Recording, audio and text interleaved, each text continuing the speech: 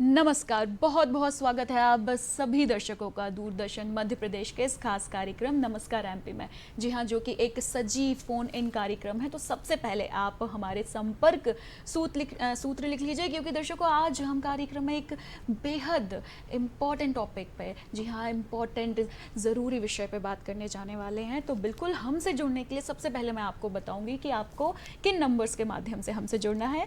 हमारा सबसे पहले आप लैंडलाइन नंबर लिख लीजिए 0755 इसी के साथ एक टोल फ्री नंबर भी हम आपको बताएंगे 1800 जी हाँ। और अब कार्यक्रम में आपको आगे लेके चलते हैं और हमेशा की तरह सबसे पहले आपको तिथि से अवगत कराते हैं। तो चलिए डाल लेते हैं नज़र कि क्या कह रही है आज की तिथि। विक्रम संवत 2080, माह है आषाढ़ और आज है आषाढ़ माह के कृष्ण पक्ष की एकादशी। तारीख है 14 जून और दिन है बुधवार। इसी के साथ मैं कामना करती हूँ कि आप सभी का आज का दिन मंगलमय हो। आगे बढ़ेंगे और नज़र डालेंगे आज के दिन के इतिहास पे। जी हाँ, तो आइए देखते हैं कि साल के 165वें दिन, जी हाँ, जो 14 जून का जो दिन होता है वो साल का 165वां दिन होता है, और अगर लीप ईयर होता है तो वो 166वां दिन होता है। तो चलिए देखते हैं कि आज के दिन क्या क्या घटनाएं घटी थी इतिहास में। सन 1775 में अमेरिकी सेना की स्थापना हुई थी। सन 1777 में अमेरिकी कांग्रेस ने बैठक के दौरान अपना झंडा चुना था, और उस बैठक में अमेरिकी कांग्रेस ने देश के लिए 13 लाल और सफ़ेद धारियों वाले नए झंडे का स्वरूप निर्धारित किया था। और जिस दिन ये निर्धारित हुआ था, यही दिन झंडा दिवस के रूप में मनाया जाता है। सन 1905 में प्रसिद्ध संगीत साधिका हीराबाई बरोदकर जी का भी जन्म हुआ था। सन 1907 में नॉर्वे में महिलाओं को मतदान का अधिकार मिला था आज ही के दिन। सन 1940 में द्वितीय विश्व युद्ध के दौरान जर्मनी की सेना ने फ्रांस की राजधानी पेरिस पर कब्जा किया था। सन 1946 में अमेरिका के 35वें राष्ट्रपति डोनाल्ड ट्रंप जी का जन्म हुआ था, जी हाँ 14 जून के दिन। और सन 1947 में कांग्रेस कार्य समिति ने भारत विभाजन के लिए माउंटबेटन योजना का प्रस्ताव स्वीकृति को अखिल भारतीय कांग्रेस समिति के समक्ष रखा था। सन 1949 में वियतनाम राष्ट्र का गठन हुआ था। सन 1955 में टॉक शो से फिल्मों में काम करने वाली अदाकारा किरण खेर जी का जन्म हुआ था, जी हाँ, जिनके पति अनुपम खेर जी हैं। किरण खेर जी को उनके जन्मदिन के आज के दिन की बहुत बहुत शुभकामनाएं किरण जी। सन 1958 में डॉक्टर सीवी रमन को क्रेमलिन में लेनिन शांति पुरस्कार प्रदान किया गया था। सन 1969 में जर्मनी की टेनिस स्टार स्टेफी ग्राफ का जन्म हुआ था। उन्होंने अपने करियर में 22 ग्रैंड स्लैम जीते थे। सन 2012 में विशाखापट्टनम में भारतीय इस्पात संयंत्र में विस्फोट से 11 लोगों की मौत हुई थी और 16 लोग घायल हुए थे। तो जी हाँ, ये था आज के दिन का इतिहास। ये सारी वो घटनाएं थीं जो 14 जून के दिन घटी थी इतिहास में। और अब आगे बढ़ेंगे और आप सभी के साथ साझा करेंगे आज का विचार। तो चलिए देखते हैं क्या कह रहा है आज का विचार। ज़रूरी नहीं कि मिठाई खिलाकर ही दूसरों का मुंह मीठा करो। आप मीठा बोलकर भी लोगों को खुशियाँ दे सकते हैं। जी हाँ, बहुत अच्छी बात कही है दर्शकों, क्योंकि कई बार ऐसा होता है कि हम लोगों को मिठाई तो खिला रहे हैं, उनके साथ बड़े अच्छे से हंस बोल कर रह रहे हैं, लेकिन जैसे ही हम पलटते हैं तो उनके बारे में बुरा बोलना शुरू कर देते हैं। तो सोचिए, ऐसा सिर्फ मुंह पर ही अच्छा बनकर मिठाई खिलाकर ही क्या करना है। आप लोगों के प्रति मन में सद्भावना रखकर, मन में अच्छे विचार रखकर दूसरों के लिए, ये करके भी आप दूसरों के जीवन में मिठास घोल सकते हैं। तो चलिए अब आगे बढ़ेंगे और सबसे पहले दर्शकों, आप सभी को मैं विश्व रक्तदान दिवस की बहुत बहुत शुभकामनाएं दूंगी। दर्शकों जी हाँ, आज विश्व रक्तदाता दिवस है। जी हाँ दर्शकों, हम सभी जानते हैं कि जो रक्त है वो बहुत ज़रूरी होता है, क्योंकि देखिए विज्ञान में हम क्यों ना कितने ही आगे बढ़ गए हैं, लेकिन आज भी हमारे पास रक्त का कोई विकल्प नहीं है। जी हाँ, आज भी वो कोई भी ऐसा फॉर्मूला नहीं है जो रक्त बना सकता है। सिर्फ एक ही मात्र हमारे पास रास्ता है कि हम रक्त दान कर सकते हैं। और जी हाँ, हम सभी जानते हैं कि रक्त की कमी से, किसी बीमारी के चलते या किसी दुर्घटना के चलते रक्त की कमी से कोई व्यक्ति अपना जीवन भी खो सकता है। तो हम समझ सकते हैं कि कितना महत्वपूर्ण है रक्त हमारे लिए, और रक्त का दान करना भी कितना ज़रूरी है। तो आज क्योंकि रक्तदान करना भी बहुत ज़रूरी है, तो रक्तदाता भी हमको ही बनना पड़ेगा। तो जी हाँ, आज इस रक्तदाता दिवस पर हम आपके साथ साझा करने के लिए आए हैं वो सभी जानकारियाँ रक्तदान से संबंधित जो हम सभी को जानने की बहुत ज़रूरत है। और इस महत्वपूर्ण, और जैसे कि हम सभी जानते हैं कि योगा मिशन भी चल ही रहा है साथ में, तो आज इन दोनों ही महत्वपूर्ण विषय पर हम आपसे बातचीत करेंगे। और आपको बता देती हूँ कि आज हमारे साथ इन दोनों महत्वपूर्ण विषय पर दो विशेषज्ञ भी हमारे साथ स्टूडियो में उपस्थित हैं। सबसे पहले आपको मिलवाना चाहूँगी डॉक्टर पूजा त्रिपाठी मैम से। मैम, बहुत बहुत स्वागत है आपका।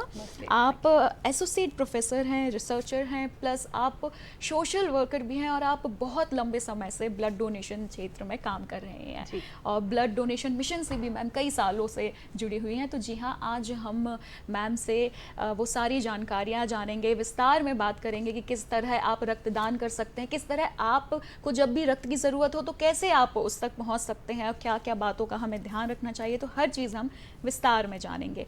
और आज के जो हमारे दूसरे जो विशेषज्ञ हैं उनसे भी आपको मिलवा देते हैं, doctor Himanshu Sharma sir. Sir, बहुत बहुत स्वागत है आपका। सर, आप प्रोफेसर एंड प्रिंसिपल हैं संत Hirdaram medical college of naturopathy and yogic science में। सर से आज हम योगा पर और नेचुरोपैथी पर बात करेंगे दर्शकों। तो चलिए सबसे पहले पूजा मैम से जानते हैं, और शुरुआत पूजा मैम से करते हैं कि मैम, आज जो रक्तदाता दिवस है इसके उपलक्ष्य पे आप क्या कहेंगे, क्या कहना चाहेंगे हमारे दर्शकों को? सबसे पहले तो आप सबको आज के दिन की बहुत सारी शुभकामनाएं। हम सब जब रक्त का दान करेंगे, जैसे कि हम जानते हैं कि इसे महादान कहा जाता है, जितना हम रक्तदान करेंगे उतना ही हम लोगों तक पहुंच पाएंगे। तो आप सबको, जिन लोगों ने आज तक रक्तदान किया है और जो जीवन में संकल्प ले चुके हैं कि हम जीवन पर्यंत ही रक्तदान करेंगे, क्योंकि हर दिन हर सेकंड हो सकता है किसी को रक्त की ज़रूरत हो, तो हमें इस मुहिम में जुड़ना चाहिए और अपने साथ अपने परिवार को सबसे पहले, और साथ में अपने दोस्तों को जिनको हम जानते हैं, उन सबको इस मुहिम में जोड़ना चाहिए। आज का दिन ही बनाया इसलिए गया है कि हम इस रक्तदाता दिवस के दिन को सबके सामने लेकर आएं और सबको इसके लिए प्रेरित करें कि आइए रक्तदान कीजिए, ये एक महादान है। जी बिल्कुल दर्शकों, जो रक्तदान है इसे महादान कहा जाता है, क्योंकि रक्तदान करने से आप किसी का जीवन बचा सकते हैं, और इससे बड़ी बात क्या ही हो सकती है। बिल्कुल मैम, लेकिन जो रक्तदान को लेके लोगों में बहुत सारी गलत धारणाएं हैं, तो मैं चाहूँगी कि सबसे पहले वो जो गलत धारणाएं हैं आप उस पर प्रकाश डालें, और जो भी गलत चीज़ें लोग रक्तदान को लेके अपने दिमाग में बिठा चुके हैं, आज हम कोशिश करते हैं कि वो शायद हम कुछ कम कर पाएँ, वो दूर कर पाएँ। देखिए, हम सबको ऐसा लगता है कि अगर हम रक्तदान करेंगे तो हमारा शरीर कमज़ोर हो जाएगा, बार बार ब्लड डोनेशन से हो सकता है हमें किसी तरह की बीमारी हो जाए। पर हम एक बात भूल जाते हैं कि जब हमें या हमारे परिवार में किसी को रक्त की ज़रूरत होती है तो हम यहाँ वहाँ भटकते हैं। जैसे कि अभी एक बहुत बड़ा इंसिडेंस हुआ, जब ट्रेन का आपने सबने देखा कि बालासोर में इस तरह से ट्रेन सारी डैमेज हो गई, 278 लोग की मृत्यु हुई है। अगर उस समय में ब्लड समय पे सबके पास पहुंच जाता तो मुझे लगता है इतनी बड़ी जो मृत्यु का हम एक नंबर देख रहे हैं वो नहीं होता। तो रक्तदान अगर हम करेंगे और हम आपस में समझेंगे कि कितना इजी है। देखिए, टाइम कितना लगता है, हार्डली 8 से 10 मिनट का समय लगता है ब्लड डोनेशन। होता क्या है, अगर हम बेसिक प्रिकॉशन ले, अगर हम अपने आप को अच्छे से रखें तो कोई भी परेशानी नहीं होती है। हमें डाइट अच्छी होनी चाहिए। हम अगर 45 किलो वेट से ऊपर हैं तो कोई भी स्वस्थ इंसान ब्लड डोनेट कर सकता है। जी बिल्कुल, मैम ने ये बहुत अच्छी बात कही कि देखिए जो दुर्घटना घटी थी कुछ दिन पहले, अगर काफ़ी लोग तो इसलिए ही सिर्फ अपनी जान गंवा बैठे क्योंकि ब्लड उन तक समय तक नहीं पहुंच पाया, पर्याप्त ब्लड नहीं पहुंच पाया। तो जब बात हमारे आसपास के लोग या हमारे परिजन की बात आती है तो हमें तब समझ में आता है कि कितनी ज़रूरी चीज़ है ये। लेकिन जब हम दूर से देख रहे होते हैं कि हाँ किसी को ब्लड की ज़रूरत है, हम उसे बहुत ही आम तौर पे लेते हैं। मैम कई बार देखिए क्या होता है, हम बहुत से ऐसे लोग होते हैं जो ब्लड डोनेशन को लेके अवेयर तो होते हैं कि हाँ ब्लड डोनेट करना बहुत ही ज़रूरी चीज़ है और बहुत अच्छा काम भी है, लेकिन पहुंच नहीं होती है। कई बार उसको अच्छा मानते हुए भी हम नहीं कर रहे होते। क्या वजह है कि स्टिल कोई रीज़न हमारे मन में है, या फिर अपने जीवन की व्यस्तता कहें, या फिर क्या वो दृढ़ निश्चय नहीं है? क्या कारण आपको लगता है? क्योंकि आप बहुत लंबे समय से इस फील्ड में जुड़े हैं, इसलिए मैं आपसे ये जानना चाह रही हूँ कि क्या देखने मिलता है आपको अधिकतर? देखिए जब बच्चा छोटा होता है तो माँ क्या करती है, खाना खिलाना सिखाती है जी, है ना। थोड़े बड़े होते हैं तो मोटिवेट करती है, पढ़ाई करो, हर तरह से हमको कहीं ना कहीं से पुश किया जाता है ना। तो same with the blood donation और बॉडी डोनेशन, दोनों ही एक ऐसे पार्ट हैं जहाँ पे अगर हम कोई मोटिवेट कर दे, कोई हमें बता दे कि इससे किसी तरह की कोई परेशानी नहीं होती है, हम स्वस्थ होंगे। और इवन जितनी बार हम ब्लड डोनेट करते हैं उतनी बार हम अपनी हेल्थ को इम्प्रूव करते हैं। अगर हमें हमारे बेनिफिट्स बताए जाएंगे तो डेफिनेटली लोग ब्लड डोनेट करने के लिए आगे आएंगे। जैसे कि मैं जितने सालों से जुड़ी हूँ, मेरे साथ के जितने लोग हैं, मेरी जो टीम है, मेरे आसपास के सारे लोग ना हर साल 2 बार ब्लड डोनेट करते हैं। हम सब साल में 4 बार ब्लड डोनेट आराम से कर सकते हैं, हर 3 महीने के अंतराल पे। इससे किसी तरह की कोई परेशानी नहीं होती है। और हमारे को अगर बोले कि क्या बेनिफिट्स होते हैं, क्योंकि मोटिवेशन तभी आता है जब हम अच्छे होंगे, हम हेल्दी होंगे। देखिए सबसे पहले तो ये होता है कि हमें एक मेंटल सेटिस्फेक्शन मिलता है। जी, एग्जाम्पल दूंगी, अगर हम रोड क्रॉस कर रहे हैं और वहीं पे एक बुजुर्ग माँ है जो रोड क्रॉस कर रही है, और हमें ऐसा लगता है कि यार वो अकेली जा रही है, चलो हम हाथ पकड़ के उसका रोड क्रॉस करा दें, तो मुझे लगता है जितनी खुशी उस समय हमें होगी उतनी खुशी हो सकता है उस माँ को नहीं हो। Same with the blood donation, अगर हम ये समझते हैं कि हमारे मन में ये इच्छा आ जाए कि ब्लड डोनेशन से हम किसी की ज़रूरत के समय मदद कर पाएंगे, तो हमें जो मेंटल सेटिस्फेक्शन मिलेगा वो उससे बड़ा कुछ होता ही नहीं है। जी बिल्कुल, ये बहुत अच्छी बात मैम ने कही कि देखिए दर्शकों, किसी कार्य को जब हम इतना अच्छा मान लें कि जब हम बहुत अच्छा मान लें तो उसको करते वक्त भी हमको एक मानसिक संतुष्टि और एक आत्मसंतुष्टि मिलती है। और जब किसी कार्य में हम ये दोनों चीज़ ढूंढ लेते हैं तो फिर हमें कोई रोक नहीं सकता, और किसी के लिए हमें रुकना नहीं, बैठना नहीं पड़ता कि जब ये करेगा तब हम भी ये करेंगे। क्योंकि कई बार मैम जो मुझे रीज़न लगता है कि एक जब आप कोई चीज़ अपने आसपास देखते हैं, जब हम दूर से देखते हैं तब वो इतना असर नहीं करती, लेकिन जब हम अपने बहुत करीबी जनों में ये चीज़ देखते हैं कि हाँ हमारे भाई बहन या हमारे माता पिता नियमित तौर से ब्लड डोनेट करने जा रहे हैं, तो वो चीज़ें ज़्यादा असर करती हैं। कहीं ना कहीं वो एक कह लीजिए आदत भी बन जाती है कि ठीक है कुछ हर समय में जा रहे हैं ब्लड डोनेट करना है, और उनको देखते देखते वो चीज़ें हमने भी अपना ली। बिल्कुल देखिए, बहुत ही ज़रूरी चीज़ है जो मैम ने, बहुत ज़रूरी बातें हैं जो मैम ने निकाली और बताई। आगे भी बहुत सारी ऐसी रक्तदान से, रक्तदाता से जुड़ी मैम से बातचीत हम करने ही वाले हैं। और साथ में जैसे कि मैंने आपको बताया, योगा मिशन चल रहा है, हमारे साथ हिमांशु सर हैं, तो आइए सर से चलते हैं और सर से ये जानते हैं कि सर योगा पर हम आपसे बातचीत कर रहे हैं, कहीं ना कहीं देखिए स्वस्थ शरीर का भी बहुत मेजर रोल प्ले होता है जब भी हम ब्लड डोनेट करने जा रहे होते हैं। तो आप इस संदर्भ में क्या कहेंगे कि कितना ज़रूरी है योगा से, कितना हम स्वस्थ रह सकते हैं, और अगर जब हम रक्तदान करके आ रहे हैं तो तब भी योगा की क्या भूमिका है, क्या वो भी, क्योंकि कुछ ना कुछ अगर शरीर में रक्त हम दान कर रहे हैं तो कुछ एक दिन की या फिर कुछ घंटों की हमको कह लीजिए कमज़ोरी या थोड़ा सा डाउन फील होता है, तो अगर इस दौरान या फिर अगर हम योगा अपने जीवन शैली में रखते हैं तो क्या ये फ़र्क हम कम कर सकते हैं? देखिए, योग जो है वो 5 लेवल पे काम करता है। तो शारीरिक रूप से हम ब्लड डोनेट कर रहे हैं तो वो तो है ही है, लेकिन जब हम ब्लड डोनेट करते हैं तो हमको मन की, जो बता रहे हैं ना मैडम, डॉक्टर साहब ने बोला कि मानसिक आपको जो है एक लाभ मिलता है, कि हमको एक कह सकते हैं कि सेटिस्फेक्शन मिलता है जी। तो वो एक हमारे मनोमय कोश के ऊपर भी इफेक्ट लाता है। कई बार ये होता है कि जैसा बहुत सारे लोगों में भ्रांतियां हैं कि ब्लड डोनेशन को लेकर के। स्वस्थ रहने के लिए मैं कहूँगा कि योग जब करते हैं तो ब्लड का बेसिक कंपोनेंट है कि ऑक्सीजन सप्लाई करना पूरी बॉडी में। जी। तो जो लोगों को शुरू में कई बार ऐसा होता है कि जिस दिन डोनेट करते हैं उस दिन हल्का फुल्का थोड़ा सा कमजोरी महसूस होता है, वो सिर्फ इसीलिए होता है।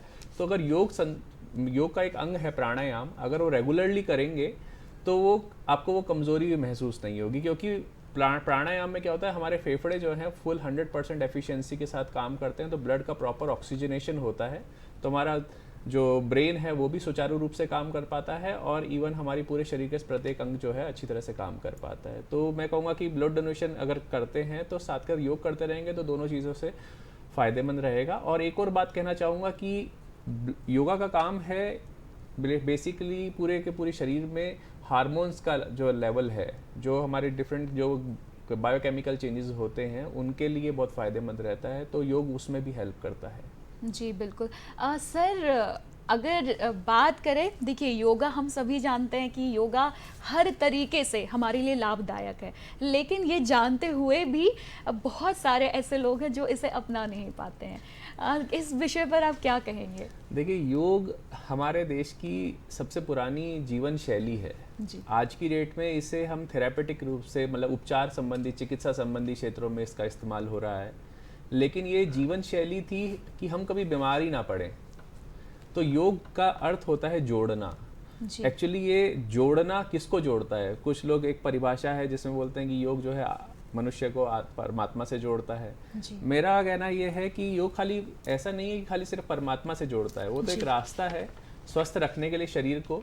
तो अगर स्वस्थ शरीर रहेगा तो स्वस्थ मन रहेगा, स्वस्थ विचार आएंगे, तो ऑटोमेटिकली जो है आपके पूरा जो समाज बनेगा वो स्वस्थ बनेगा। तो एक तरह से कहा जाए तो प्रत्येक व्यक्ति को जोड़ने का काम भी योग कर रहा है जी।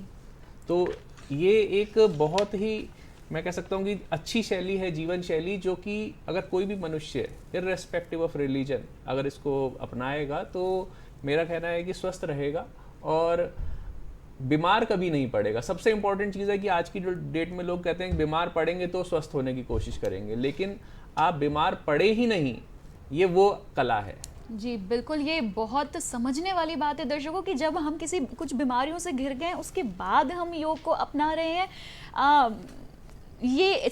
आप जरा सोचिए कि अगर हम पहले से ही योग को अपने जीवन में लेकर आ जाएं तो शायद वो जो चांसेस हैं बीमार पड़ने के वो खुद ब खुद ख़त्म हो जाएंगे या कम हो जाएंगे। सर एक प्रश्न और यहाँ पर मेरे मन में आ रहा है कि यहाँ जो मेंटल हेल्थ होती है, बेशक योगा का बहुत असर पड़ता है हमारी मेंटल हेल्थ पर, और अगर देखा जाए तो अगर इंसान जो डिसीज़ आती है, सबसे पहले अगर हम बीमारियों से जब घिरते हैं तो कहीं ना कहीं मानसिक दशा पर भी असर पड़ता है। कई बार मानसिक दशा के कारण भी हम बीमारियों से घिर जाते हैं।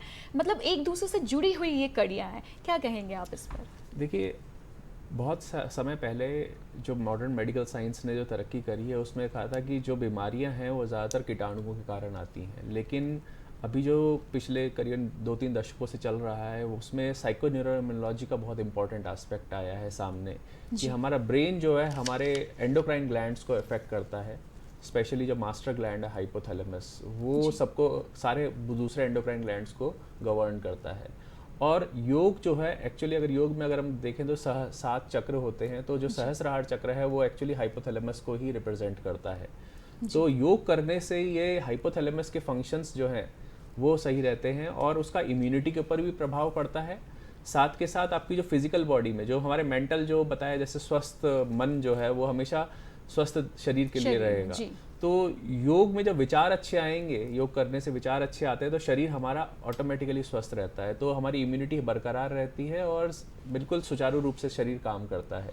जी बिल्कुल, ये बिल्कुल सही बात कही गई है। और दर्शकों, आपने भी सुना होगा कि एक स्वस्थ शरीर में ही एक स्वस्थ दिमाग, एक स्वस्थ मन बसता है, और जब आप हर रूप से स्वस्थ होंगे, चाहे मानसिक हो चाहे शारीरिक हो, तो बीमारियों का तो सवाल ही नहीं उठता है। सर यहाँ पर आज के टाइम में अगर हम बात करें, सबकी सेडेंटरी लाइफ, इतनी ज़्यादा बैठ के काम करने, मतलब जहाँ देखें जो किसी भी वर्क की बात करें सब जगह सिटिंग वर्क ज़्यादा है, तो कहीं ना कहीं बॉडी में स्टिफनेस आती जा रही है सबके। चाहे हम देखिए, जब तक बच्चा है, जब तक वो खेल कूद रहा है, तब तक तो शरीर में लचीलापन होता ही है, लेकिन जैसे जैसे उम्र बढ़ती है शरीर भी स्टिफ होता जाता है, और साथ में जो कार्य होते हैं वो भी कुछ ऐसे होते जाते हैं कि फिर कोई खेल कूद नहीं, सिर्फ आप बैठे कर रहे हैं। तो जो लचीलापन है वो शरीर में कितना ज़रूरी है, और योग के से हम कितने अपने शरीर में लचीलापन ला सकते हैं, क्या इसमें ये मददगार है? मैं इसमें एक और चीज़ डालना चाहूँगा कि योग जो है सिर्फ आसन और प्राणायाम नहीं है। हाँ, और इसमें कुछ शुद्धि क्रियाज भी होती हैं, षट क्रिया बोलते हैं इन्हें, जिसमें जल नीति, सूत्र नीति, वमन होता है। लेकिन योग का महत्वपूर्ण अंग है भोजन। तो जो फ्लेक्सिबिलिटी है वो आसन करने से आएगी, लेकिन अगर हम भोजन में परिवर्तन नहीं लाएंगे तो जो हमारा भोजन होना चाहिए वो होना चाहिए शुद्ध, जी मतलब कि सर, जो फ्रेश। हम इस उत्तर को आपके जारी करेंगे, लेकिन फिलहाल हमारे साथ महेंद्र राजपूत जी जुड़ गए हैं। महेंद्र जी, स्वागत है आपका, अपना प्रश्न करें। योगाचार्य जी को नमस्कार। नमस्कार। सर, मेरा प्रश्न ये है कि अगर किसी आदमी को ऑस्टियोआर्थराइटिस है तो उसे कौन कौन से आसन करने चाहिए और कौन से नहीं करने?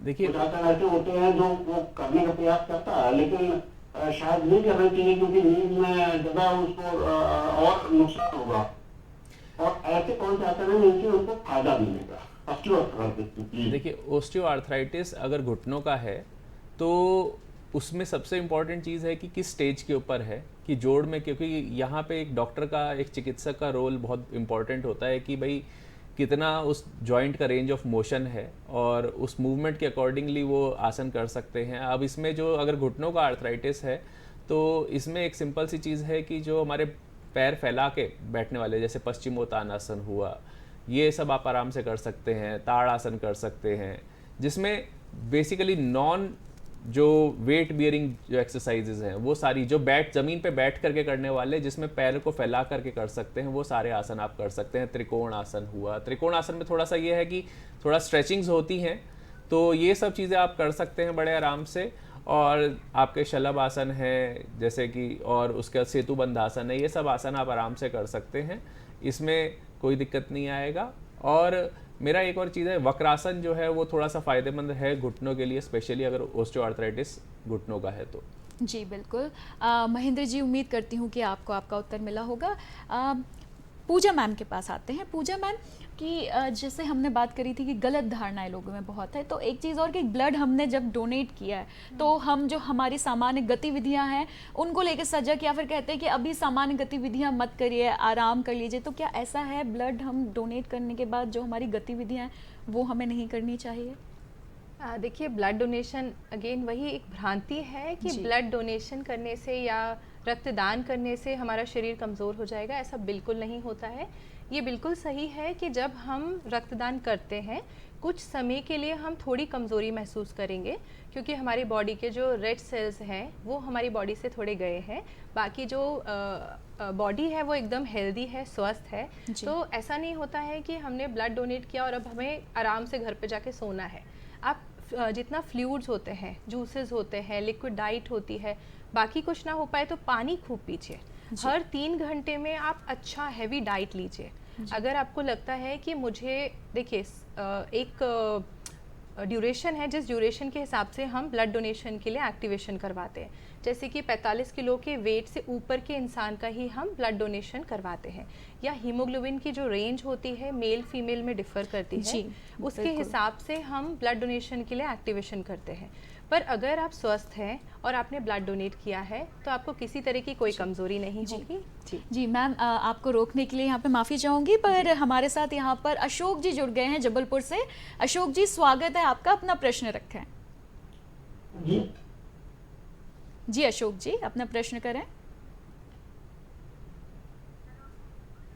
जी, मैं ये जानना चाहता हूँ मैडम जी से कि जैसे कोई भी व्यक्ति रक्तदान करता है तो रक्तदान करने के बाद उनको क्या लेना चाहिए, फलों का जूस या कोई भोजन में कुछ ऐसी चीज लेनी चाहिए जिससे कि रक्तदान करने वाले की ताकत बनी रहे और रक्त तत्काल बन जाए और किसी प्रकार की कमजोरी ना आए, वो वैसे की वैसी बने जाए? जी बिल्कुल, ये प्रश्न ज्यादा से ज्यादा रक्तदान करेंगे। जी बिल्कुल मैम, ये बहुत अहम सवाल है कि रक्तदान के बाद किस प्रकार का आहार, किस तरह का आहार डाइट हमको लेनी चाहिए।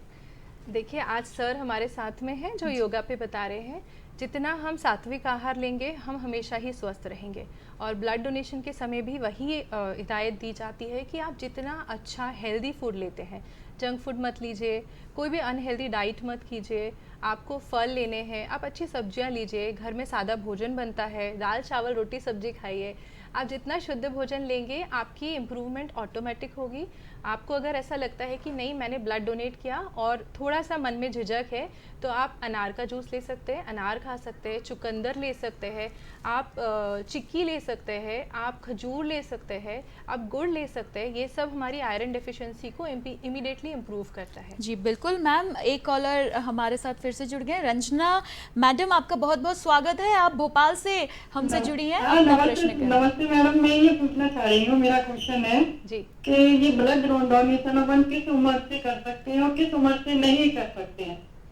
देखिए, अलग अलग देशों में अलग अलग एज पैरामीटर्स दिए हैं। अगर हम भारत की बात करें तो हमारे यहाँ 18 साल जैसे कि वोट डालने की उम्र है, उसी उम्र से हम शुरू करते हैं ब्लड डोनेशन करना। और 65 साल की उम्र तक अगर आप स्वस्थ हैं, आपको ऐसी कोई बीमारियां नहीं हैं या ऐसा कोई इन्फेक्शन नहीं हो रहा है जिस समय आप ब्लड डोनेट कर रहे हैं। इन्फेक्शन मतलब उस समय में जिस समय आप ब्लड डोनेशन के लिए प्लान कर रहे हैं, तब आपको सर्दी नहीं होनी चाहिए, खांसी नहीं होनी चाहिए, शरीर में किसी तरह का इन्फेक्शन नहीं होना चाहिए, आपने टैटू नहीं करवाना चाहिए, आपने कोई पियर्सिंग नहीं कराई हो। अगर आप इस तरह की चीज़ें नहीं किया है तो आप 18 से लेकर 65 साल की उम्र में अच्छे से ब्लड डोनेट कर सकते हैं। जी मैम, आपके इस उत्तर में एक बड़ी अच्छी बात निकल कर आई है कि आपने टैटू का, पियर्सिंग का जिक्र किया। हाँ जी। तो मैं चाहूँगी कि इस बात को आप थोड़ा विस्तार में बताएं कि क्या टैटू या फिर किसी भी प्रकार की पियर्सिंग करवाने वाला व्यक्ति ब्लड डोनेट के लिए एलिजिबल नहीं होता है? देखिए, क्या होता है कि जैसे मैंने कहा इन्फेक्शन, जी, तो इवन दो अगर आप डेंटल ऑफिस भी गए हैं, दांतों के डॉक्टर के पास भी गए हैं, तो भी आपको हिदायत दी जाती है कि आप 24 घंटे तक ब्लड डोनेट ना करें। उसका कारण ये होता है कि एक निडल हम यूज़ करते हैं, जो किसी भी तरह की, जैसे पियर्सिंग होती है उस समय भी एक निडल यूज़ होती है, हमें पता नहीं है कि किस तरह की निडल कहाँ पे यूज़ की गई है। सब कुछ बहुत अच्छे से करते हैं लोग, इन्फेक्शन नहीं देते, ऑल दो क्योंकि हम ब्लड को किसी और को ट्रांसफ्यूज़ करने वाले हैं, तो हमको बहुत प्रिकॉशंस लेने पड़ते हैं और हम कोशिश करते हैं कि किसी भी तरह की परेशानी आगे ना आए, क्योंकि वो ब्लड हमारा वेस्ट हो जाएगा। तो डेफिनेटली टैटू या पियर्सिंग या इसी तरह का कोई ट्रीटमेंट होता है तो उस समय में एक टाइम ड्यूरेशन है। जैसे आपने टैटू कराया तो कुछ जगह पे 6 महीने, कुछ जगह 1 साल मना किया जाता है कि आप ब्लड डोनेट नहीं कर सकते हैं। पियर्सिंग है तो आपको एटलीस्ट 48 आवर्स तो रुकना पड़ता है। किसी भी तरह का निडल प्रिक इंजरी हुई है तो आपको 48 आवर्स रुकना पड़ता है। जी, यानी अगर आपने कोई किसी भी प्रकार का टैटू या पियर्सिंग कराई है तो कुछ वक्त आपको रुकना होगा। जब ये मेक श्योर हो जाए कि कुछ भी दिक्कत नहीं है तो आप अपना ब्लड डोनेट कर सकते हैं। हमारे साथ एक और कॉलर यहाँ पे सोनम जी जुड़ गई हैं। सोनम जी, स्वागत है, अपना प्रश्न करें। नमस्कार मैडम, नमस्ते मैं सोनम बोल रही हूँ भोपाल से। जी। हेलो जी बिल्कुल, अपना प्रश्न रखें सोनम मेरा जी। क्वेश्चन योगा से था। जी, जैसे कि अब मेमोरी बहुत ज्यादा वीक हो जाती है, तो उसके लिए हमें कौन सा योगा करना चाहिए? जी, मेमोरी वीक होने के केस में जो है, एक तो प्राणायाम बहुत ज़्यादा फायदेमंद रहता है, नाड़ी शोधन प्राणायाम। साथ में जो है आहार में जो है थोड़ा सा बादाम का प्रयोग होना बहुत ज़रूरी है। शंख पुष्पी अगर मिलती है तो उसका प्रयोग होना बहुत ज़रूरी है। जी। और सबसे इम्पॉर्टेंट चीज़ भ्रामरी प्राणायाम जो है, जिसमें हमिंग साउंड होता है, भंवरे की गुंजन जैसा जो है, कान के अंदर आप जो है उंगलियां डाल के आप कर सकते हैं। तो भ्रामरी प्राणायाम बहुत ज़्यादा फायदेमंद रहता है। जी। और हो सके तो सुबह के समय होना बहुत ज़रूरी है। जैसे प्राणायाम के लिए कोई समय नहीं है, लेकिन अर्ली मॉर्निंग में ऑक्सीजन का लेवल बहुत ज़्यादा रहता है, तो मेमोरी फंक्शंस को इम्प्रूव करने के लिए। और एक मेमोरी साइकिल होती है जिसके ऊपर आजकल बहुत ज़्यादा काम हो रहा है कि जिस चीज़ को आप पढ़ते हैं, अगर किसी बच्चे के लिए है तो जिस चीज़ को आप पढ़ते हैं उसको आप जैसे कुछ याद किया आपने पहले दिन, तो उसको 7वें दिन याद करें, दोबारा पढ़ें, तो आपको समय कम लगेगा, लेकिन जो है मेमोरी जो है आप उसको रिकॉल बहुत जल्दी कर पाएंगे। 7वें दिन के बाद फिर 21वें दिन करें, 21वें दिन के बाद जो है आप ऑलमोस्ट जो है 40th डे करेंगे। तो टाइम जो है, अगर किसी चीज़ को पढ़ने में 1 घंटा लग रहा है तो वो आधा होते जाएगा समय, लेकिन आपको याद जरूर रह जाएगा। जी बिल्कुल दर्शकों कि जब भी कोई कार्य हम पहली बार करते हैं उस कार्य को करने में हमें समय ज़्यादा लगता है, लेकिन जब हम उसे बार बार करते हैं तो वो समय घटता जाता है और वो जो चीज़ जो भी कार्य वो हम कर रहे होते हैं वो ज़्यादा पुख्ता होता जाता है। तो कुछ ऐसा ही यहाँ पर भी है। सर क्योंकि यहाँ पर कुछ प्राणायाम की बात निकली तो मैं आपसे सूर्य नमस्कार के बारे में जानना चाहूँगी कि ये इसको कहते हैं कि अगर आप कुछ भी नहीं कर रहे हैं सिर्फ सूर्य नमस्कार कर लें तो भी बहुत अच्छा है। तो क्या कहेंगे आप सूर्य नमस्कार के बारे में? सूर्य नमस्कार 12 आसन का जो है क्रम है जी। सूर्य नमस्कार इसलिए बोला जाता है क्योंकि ये वैसे मकर की संक्रांति से शुरू होता है, उत्तरायण में आता है, 14 जनवरी को जो है उत्तरायण बोला जाता है। और ये सूर्य नमस्कार इसलिए बोला जाता है कि होते चंद्र नमस्कार भी है, लेकिन सूर्य नमस्कार सुबह हमारी एक सर्केडियन रिदम होती है, एक बायोलॉजिकल क्लॉक होती है हमारे दिमाग में जो कि हमारी पूरी दिनचर्या को गवर्न करती है, हमारे हर एक ग्लैंड को इफेक्ट करती है। तो जब हम जल्दी सुबह उठेंगे ब्रह्म मुहूर्त में तो अपने शुद्धि क्रिया के बाद जो है आप सुबह उठ के जो है नमस्कार करेंगे तो सूर्य नमस्कार में आपको विटामिन डी भी मिलता है जो कि अगेन इम्यूनिटी के लिए बहुत फायदेमंद है। और ये 12 जो आसन है इनको ब्रीदिंग के साथ, ब्रेथ अवेयरनेस के साथ करा जाता है।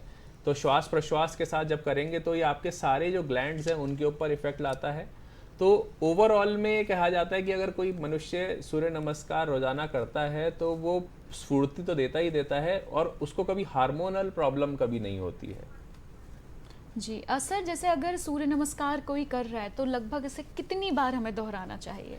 ये सूर्य नमस्कार के 12 मंत्र होते हैं जी। ठीक है, तो 12 बार, तो 12 आसन हैं और 12 बार अगर 12 मंत्र पूरे करते हैं तब जाके 144 कह सकते हैं कि आसन आपने करे। लेकिन अगर कई शुरू में कुछ लोग जो है अगर शुरुआत करते हैं तो 2-3 आसन तक कर सकते, 2-3 राउंड्स कर सकते हैं। और अगर वो जैसे कहते हैं ना ओवर द पीरियड प्रैक्टिस करने से जो है तो वो समय फिर से कम लगता जाएगा। जी। और वापस से वही बात आ गई कि जब आप ये अभ्यास करना शुरू कर देंगे और जब इसकी काफ़ी अच्छी प्रैक्टिस हो जाएगी तो समय कम लगेगा और नंबर्स बढ़ जाएंगे। बिल्कुल सर से हम आगे जानेंगे कि ध्यान केंद्रित करने के लिए कौन से आसन अच्छे होते हैं, लेकिन फिलहाल हमारे साथ एक कॉलर जुड़ गए हैं। संजय जी बहुत बहुत स्वागत है, आप भोपाल से हमसे जुड़े हैं, अपना प्रश्न करें। सबसे पहले सर नमस्कार, मैं आप दोनों को नमस्कार करता हूँ। सर मैं ये जानना चाहता हूँ कि मेरे अभी रिसेंटली मेरे जो घुटने हैं उसमें से बहुत सारा पानी निकला था और उसके बाद मेरे घुटनों में काफी दर्द रहता है। तो सर मुझे कौन सा ऐसा योगा है जो डेली करना चाहिए जिससे मेरे घुटनों में आराम भी हो जाए और ये बार बार की जो दिक्कत है डॉक्टर को दिखाने की, बार बार पानी बढ़ जाता है उसको कैसे हम लोग कवर कर सकते हैं? देखिए संजय जी, इसमें घुटनों का जब जो पानी निकाला है वो फ्लूइड बोलते हैं, साइनोवियल फ्लूइड होता है। अब इसमें मैं कहूँगा कि योग के कुछ आसन जो नॉन वेट बियरिंग एक्सरसाइज मतलब आसन है वो सारे कर सकते हैं। खड़े बैठ करके करने वाले सारे आसन, पेट के बल लेट के करने वाले सारे आसन या कमर के बल लेट के करने वाले सारे आसन आप कर सकते हैं। बैठने में जहाँ घुटने मोड़े जाएं वो आसन ना करें। दूसरी चीज़ इसमें एक और बात कहूँगा कि प्राकृतिक चिकित्सा, नेचुरोपैथी का इसमें बहुत बड़ा योगदान है। तो क्योंकि हम लोग जो है कहते हैं कि योग और प्राकृतिक चिकित्सा दोनों के दोनों एक ही बैलगाड़ी के जैसे कहते हैं 2 पहिए हैं, तो ये दोनों के दोनों साथ में चलते हैं। तो इसमें प्राकृतिक चिकित्सा के अनुसार थोड़ा मालिश अगर सिकाई हो सके घुटने की तो ब्लड सर्कुलेशन इंप्रूव होगा और उस जगह पे लपेट बांधा जाता है, पैक बोलते हैं इंग्लिश में, वैसे लपेट बोला जाता है। लपेट अगर बांधेंगे तो वो आपकी ब्लड सर्कुलेशन को इम्प्रूव करेगा। और अगर इसमें एक कह सकते हैं कि एक हड्डियों के डॉक्टर का एक ओपिनियन जरूर लें कि कितना अगर वहाँ पे जो जॉइंट का स्पेस है बहुत ज़्यादा कम हो चुका है तो थोड़ा सा उसमें इनिशियल स्टेज में उसके लिए ट्रीटमेंट क्या हो सकता है, क्योंकि स्टेजेस अलग अलग हैं घुटनों के दर्द, मतलब कि घुटनों का दर्द किस कारण से हो रहा है ये भी एक जानना बहुत ज़रूरी है। बिल्कुल। तो संजय जी कुछ भी अपनाने के पहले एक बार आप अपने डॉक्टर से परामर्श ज़रूर लें। सर धनुरासन आसन के बारे में मैं आपसे जानना चाहूँगी। धनुरासन जो है इसमें धनुष जैसी आकृति बनती है जी। और ये पेट के बल करने वाला आसन है जिसमें कि तो इसमें बेसिकली पेट के जितने ऑर्गन्स हैं जब हम इसको मेंटेन करते हैं फाइनल पोस्चर के अंदर तो ब्रीदिंग रोकनी नहीं होती है। कोई भी आसन जब करें तो आपको सामान्य रूप से श्वास प्रश्वास लेते रहना है, उसको रोकना नहीं है।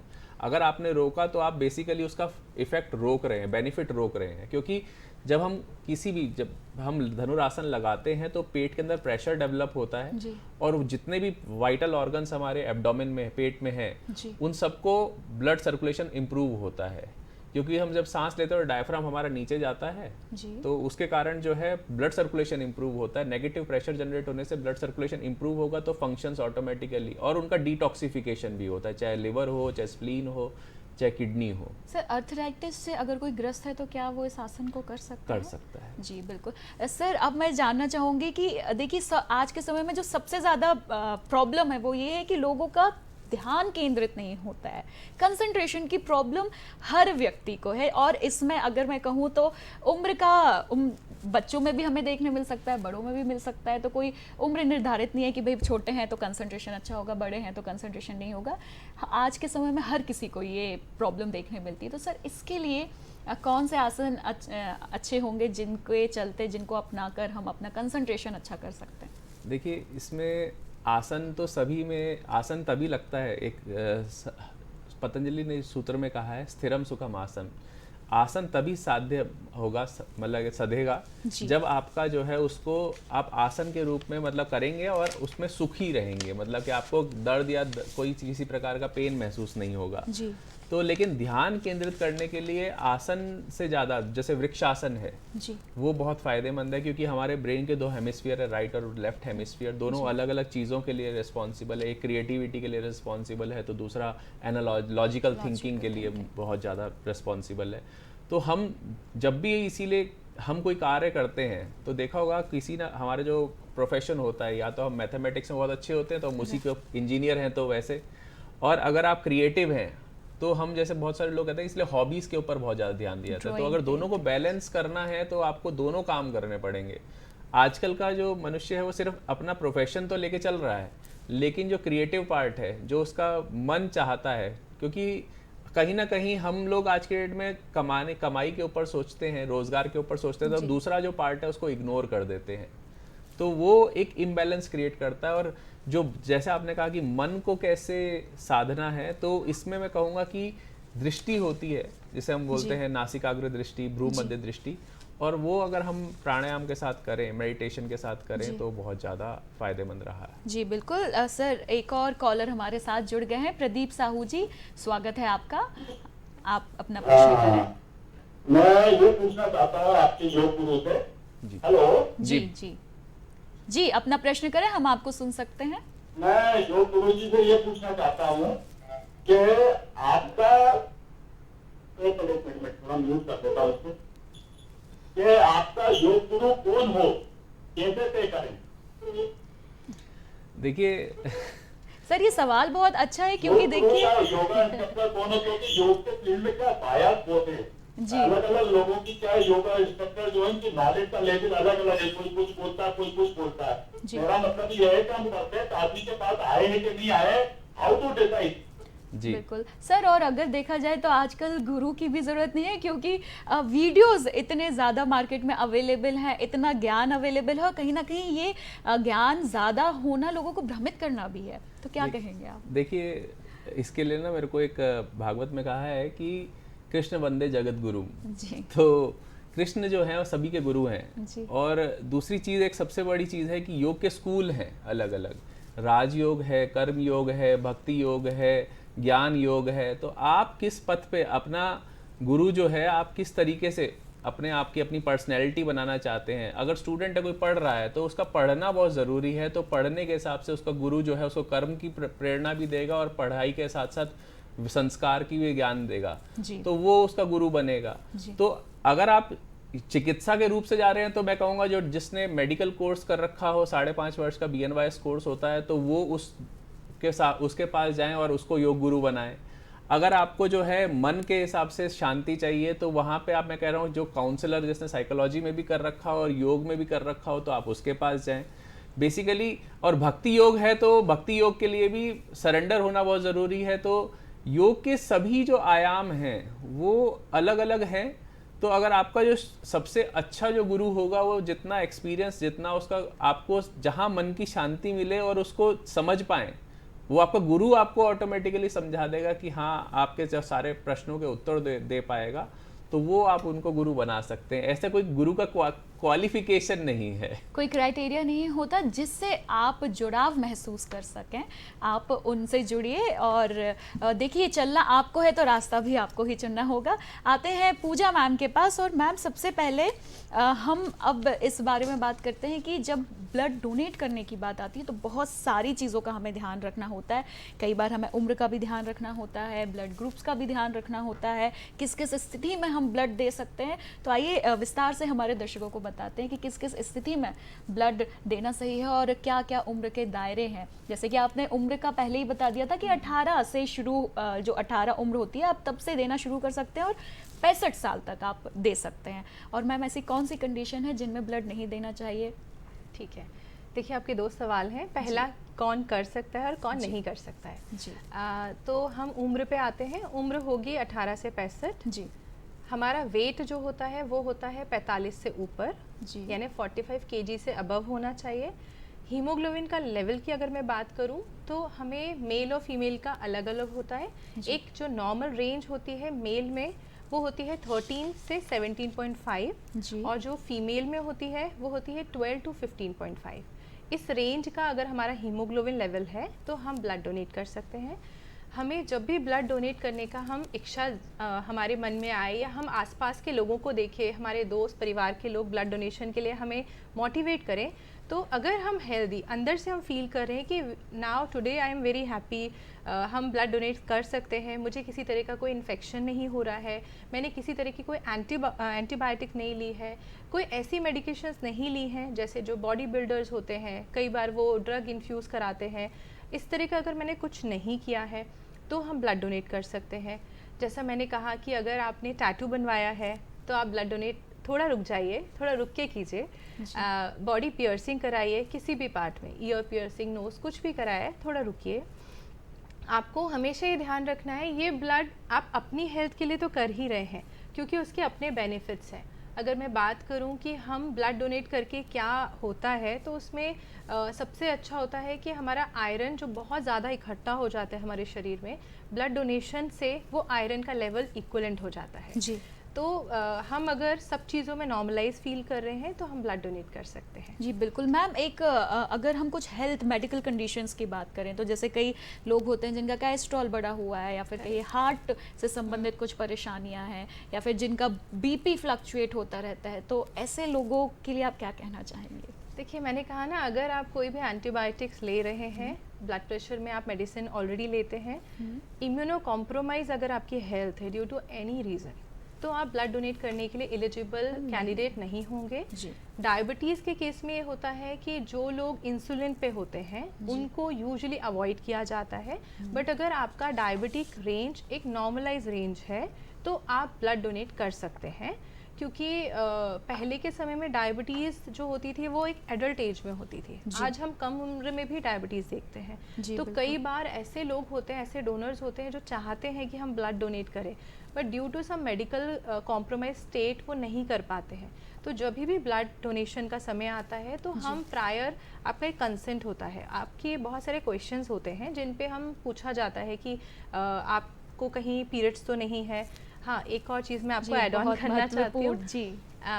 एक बड़ी भ्रांति है कि पीरियड्स में है तो क्या हम ब्लड डोनेट करें या नहीं, तो मैं आपसे कहना चाहती हूँ देखिए बहुत आराम से आप ब्लड डोनेट कर सकते हैं, किसी तरह की कोई परेशानी नहीं होती है।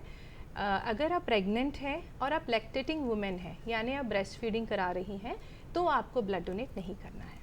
जी बिल्कुल। अक्सर लोगों को ऐसा लगता है कि जब मासिक धर्म चल रहा है तो हम ब्लड डोनेट नहीं कर सकते क्योंकि शरीर में रक्त की कमी हो जाएगी। तो देखिए मैम ने यहाँ पे क्लियर कर दिया कि ऐसा बिल्कुल भी नहीं है। सिर्फ गर्भवती महिलाएं और जो माँ बच्चों को फीड करा रही हैं, जो ब्रेस्ट फीड पर हैं, वो भी ध्यान रखें कि उन्हें ब्लड डोनेट नहीं करना है। मैम यहाँ पर आते हैं कि देखिए ये तो हमने बात कर ली कि ब्लड डोनेट करने के बाद किन चीज़ों का ध्यान रखना है, आहार का ध्यान रखना है, कुछ थोड़ा सा रेस्ट भी आपको लेना है। लेकिन मैम ब्लड डोनेट करने के पहले भी आपने बहुत सारी बातें बताई, लेकिन मैं चाहूँगी कि विस्तार से लोगों को अच्छे से वो खुद ब खुद ये चीज़ समझ सकें कि हमें ब्लड देने जाना है नहीं जाना। काफ़ी सारी सावधानियाँ भी बरतनी होती हैं, तो उन सावधानियों के बारे में हमारे दर्शकों को आप अवेयर कराएँ। देखिए हम जिस समय में अभी जी रहे हैं ना जी, ये थोड़ा हमें पाश्चात्य भी लेके जा रहा है। लाइक लोगों को स्मोकिंग की हैबिट्स होती हैं, जी लोग ड्रिंकिंग करते हैं। जी। तो जब भी हम ब्लड डोनेशन का प्लान करें तो मेरी एडवाइस है कि हमें 24 घंटे तक ड्रिंकिंग नहीं करनी है। स्मोकिंग जो है यूजुअली 3 घंटे ब्लड डोनेशन के बाद भी अवॉइड करनी है। और कोशिश कीजिए, मतलब आपका जितना प्योरेस्ट ब्लड आप डोनेट करेंगे उतना ही प्योरेस्ट फॉर्म सामने वाले के पास जाएगा। देखिए, जब ब्लड डोनेशन होता है उस समय में होने के बाद भी कई टेस्ट होते हैं, कई चरणों से वो हमारा ब्लड जाता है।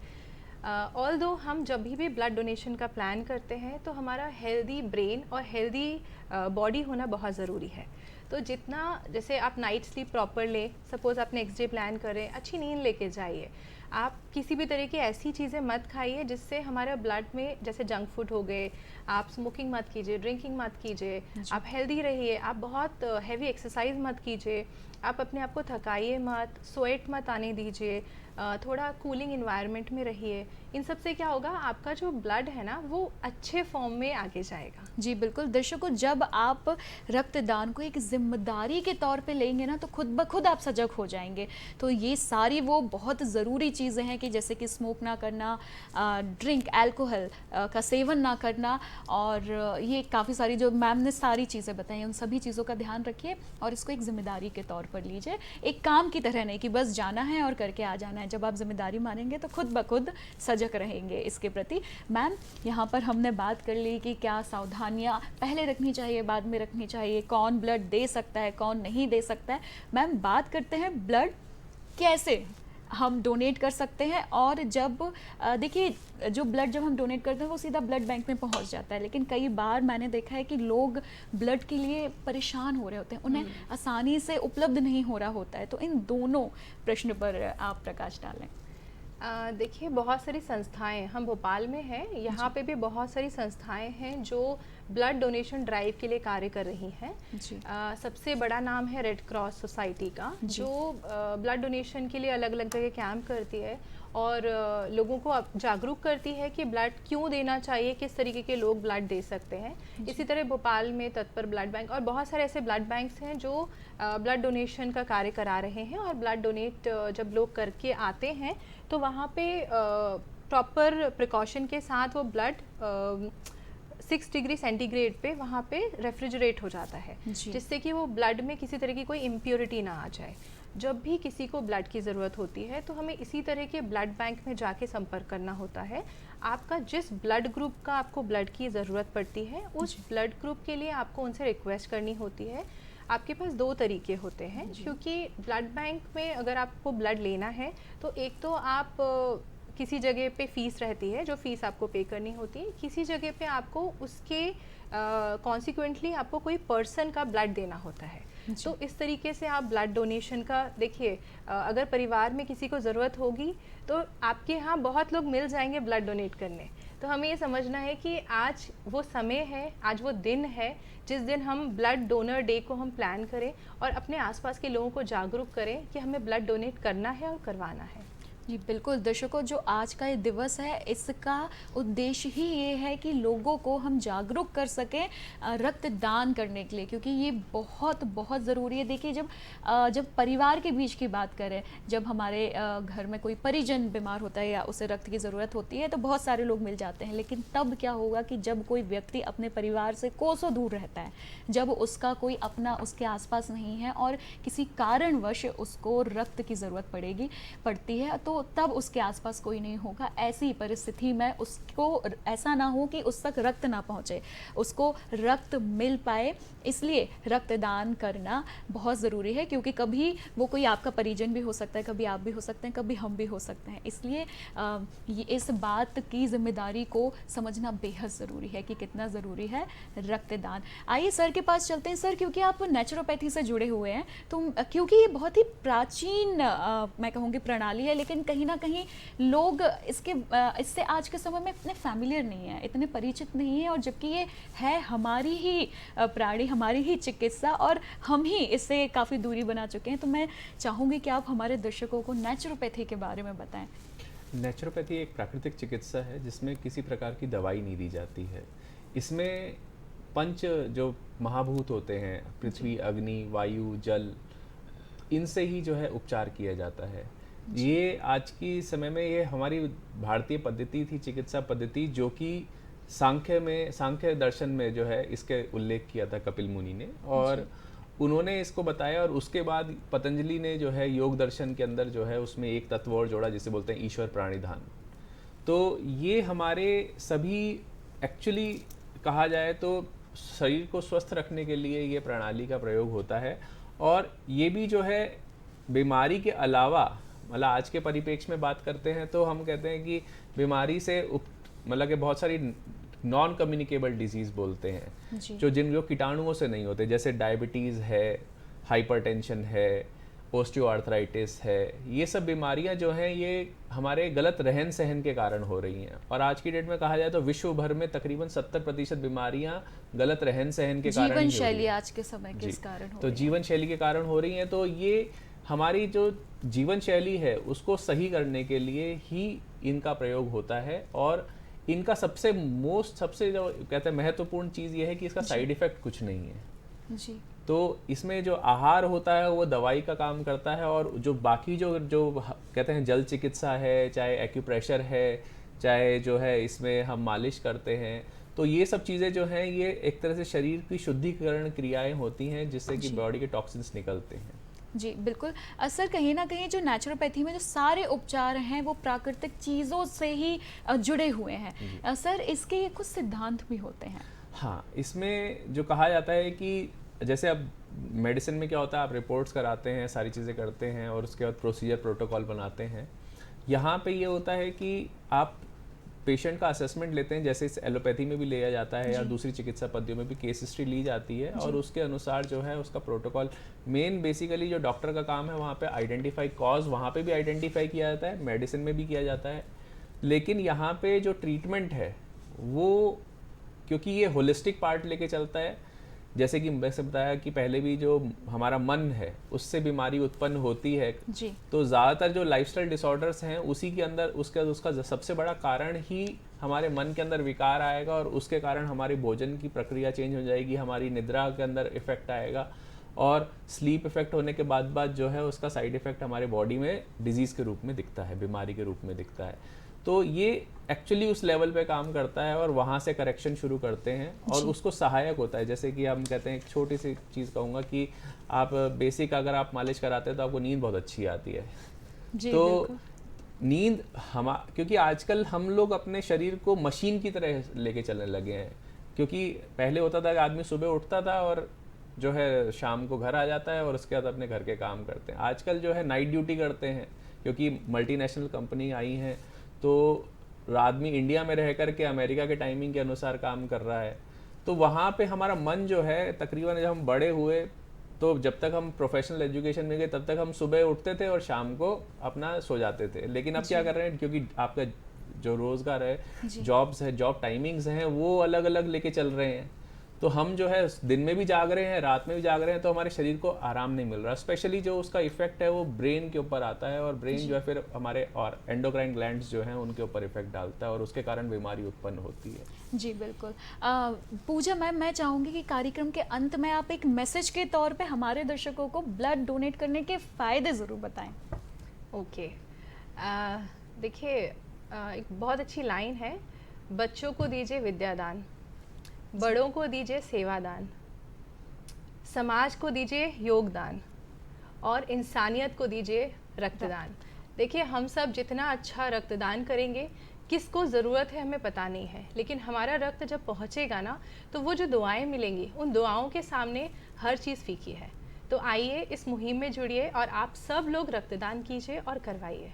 जी बिल्कुल मैम, बहुत अच्छा संदेश आपने हमारे दर्शकों को दिया। मैम बहुत बहुत धन्यवाद कार्यक्रम में जुड़ने के लिए। सर मैं भी चाहूँगी आपसे कि आप जाते जाते हमारे दर्शकों को एक छोटा सा मैसेज देते हुए जाएं। योग एक्चुअली योग भगाए रोग, लेकिन योग जो है इस वर्ष का जो योग का जो मोदी जी ने अंतर्राष्ट्रीय योग दिवस का जो स्लोगन दिया है वो वसुदेव कुटुंबकम दिया है कि योग एक ये जो इस धरती पर रहने वाले सभी मनुष्य हैं, चाहे प्राणी मात्र हैं, सभी के सभी एक परिवार की तरह हैं। और मैं कहूँगा कि जो हर एक योग हर एक आदमी को जोड़ता है, तो हर एक लेवल के ऊपर जोड़ता है। सिर्फ शारीरिक रूप से स्वस्थ रखने के लिए नहीं, तो अपनी जीवन शैली में इसको अपनाएं। और मैं इसका आखिर में ये कहूँगा, योग भगाए रोग, ये एक बहुत इम्पोर्टेंट एस्पेक्ट रहेगा। तो इसी के बिल्कुल इसको अपने जीवन शैली में ज़रूर उतारें। दर्शकों, कहीं ना कहीं योग हमें तनाव से दूर रखता है और हमें सेहतमंद और यहाँ तक कि मन और मस्तिष्क को शांति भी देता है, इसलिए इसके बहुत सारे फायदे होते हैं। और दर्शकों, अंत में आप सभी को फिर से विश्व रक्तदाता दिवस की बहुत सारी शुभकामनाएं देना चाहूँगी। आगे आइए और इस मुहिम का हिस्सा बनिए, रक्तदान करिए। और अंत में 2 लाइन मैं आपको बोलना चाहूँगी रक्तदान पर, कि जिस तरह समय का क्षण क्षण ज़रूरी होता है, उसी तरह रक्त का कण कण भी ज़रूरी होता है। अब समय में और इजाज़त नहीं दे रहा है आपके साथ बने रहने के लिए। अगले अंक में आपसे फिर मिलना होगा, मुझे अनुमति दीजिए। नमस्कार।